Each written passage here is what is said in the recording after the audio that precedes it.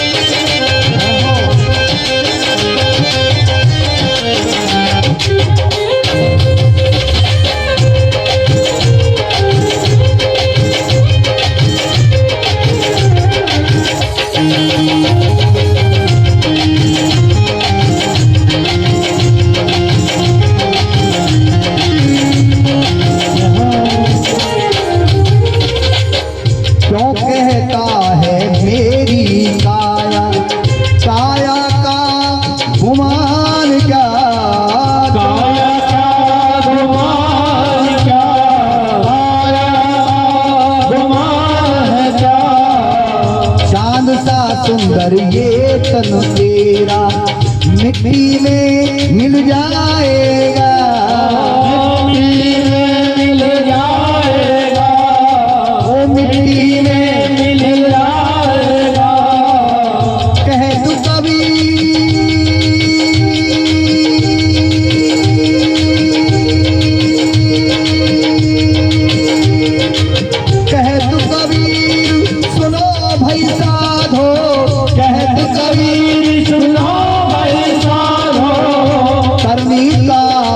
पाएगा, करनी का फल पाएगा। नाम हरि का जप ले बचने पीछे पछताई पीछे पछताएगा,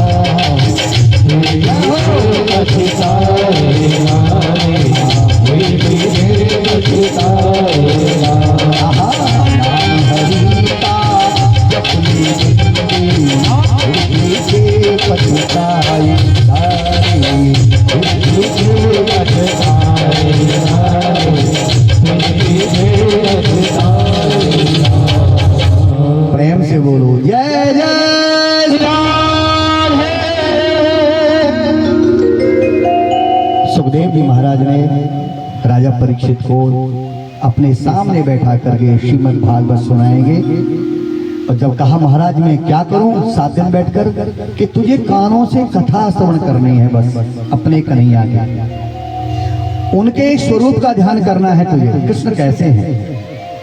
यशोदा मैया अपने लाला को जो सजाती है ना, यशोदा कैसा श्रृंगार करती है, मोर मुकुट पहना करके, कानों में कुंडल धारण करा करके, लाला के चोटी बना करके, हाथों में कंगन और करधनी पहना कर, पीले पीतांबर धारण करा करके, बंसी दे करके और पाँव में नूपुर पहना करके लाला का सुंदर श्रृंगार करती है। उस मुरली मनोहर का ध्यान तुझे अपने हृदय में रखना है, हृदय में बिठाना है उनको, और कानों से कथा सुननी है, कानों से। ये श्रीमद् भागवत ऐसा फल है जो कानों से ही इसका सेवन होता है। ये फल जीव से नहीं खाया जाता, जीव से तो केवल जय बोली जाती है इसमें, लेकिन इसका जो रस है ना वो कानों से पीना पड़ता है, भागवत का रस। इसके लिए कान चाहिए इस रस को पीने के लिए। तो भागवत कहती है क्या, सदा सेव्यम श्रीमद् भागवतम अमृतम। इस अमृत को हमेशा पियो, जहां मिल जाए वहां पियो, सदा पियो। सदा सेव्यम श्रीमद् भागवतम अमृतम, क्योंकि अमृत है और ऐसा अमृत है ये जिसने भी पान कर लिया उसकी मुक्ति होगी ही होगी, निश्चित होगी। तस्मादम परम किंचन मना शुद्धन विद्यते।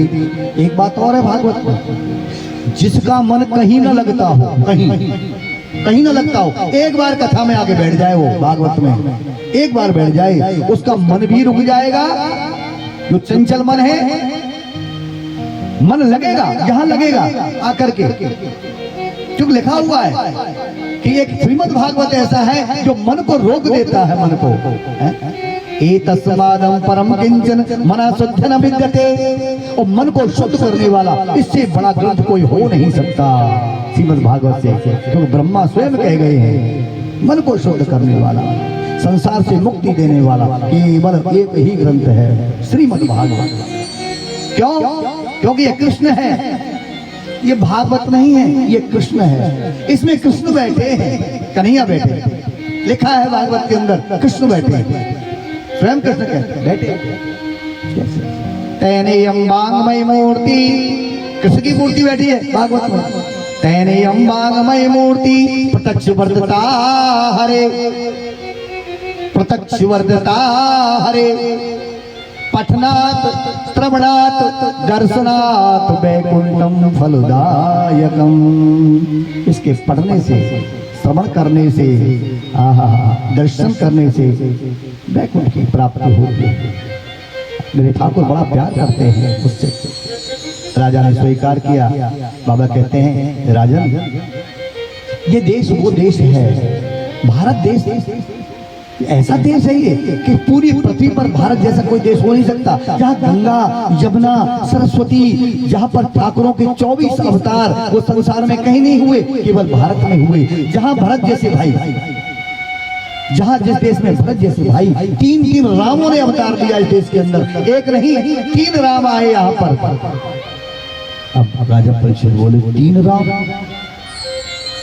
एक राम का पता है महाराज, एक राम जी आए कि एक राम दशरथ कर बेटा, दशरथ जी के जो पुत्र हैं श्री राम, वो आए रावण को मारने के लिए। बाबा बोले 2 और हैं, 2 और भी हैं। वो 2 कौन है? जन्म से वो भी राम ही आए थे, लेकिन दुनिया वालों ने उन दोनों के नाम बदल दिए। जन्म से वो भी अवतार लेके आए राम का। कौन कौन? एक तो कृष्ण के बड़े भाई राम थे, वो बलवान इतने थे, बलवान के लोगों ने नाम उनका अलग रख दिया, और नाम हो गया बोलो बलराम जी महाराज की। लोगों ने रखा है, जन्म का नाम बलराम नहीं है उनका नाम राम है। भागवत के अंदर कथा में आएगा, इस लोग भी बताएंगे क्या नाम निकला था उनका, राम। वो राम थे, लेकिन लोगों ने बलवान बहुत थे, बलराम कर दिया। एक और आए, जन्म से वो भी राम थे और अवतार राम का लिया था उन्होंने, लेकिन लोगों ने उनका नाम भी बदल दिया। क्यों? कि हाथ में रखते थे परशुरा, हाथ में रखते थे परशुरा। लोग बोलने लग गए, क्या बोलने लगे? परशुराम भगवान की। लोगों ने परशुराम कर दिया, राम से परशुराम कर दिया। अवतारी थे, राम थे, तीनों राम थे। 3 भरत इस देश में, 3 भरत। कौन कौन से? एक तो राम के छोटे भाई भरत, सारा संसार जानता है, राम के भाई भरत। एक दुष्यंत शकुंतला के भरत, और एक हुए थे बड़े प्रतापी चक्रवर्ती राजा, वो भी सप्तद्वीपों के राजा भरत थे, उनका भी नाम भरत था। लेकिन तीसरे जन्म में जाकर उनका नाम जड़ भरत पड़ गया। बोलो जड़ भरत महाराज की। जड़ भरत नाम पड़ गया उनका। जो तीसरे भरत थे ना, उस भरत के नाम से 7 द्वीपों का राजा था, सप्तद्वीपों का भारत था, और उसी के नाम से देश का नाम भारत पड़ा, भारत भूमि।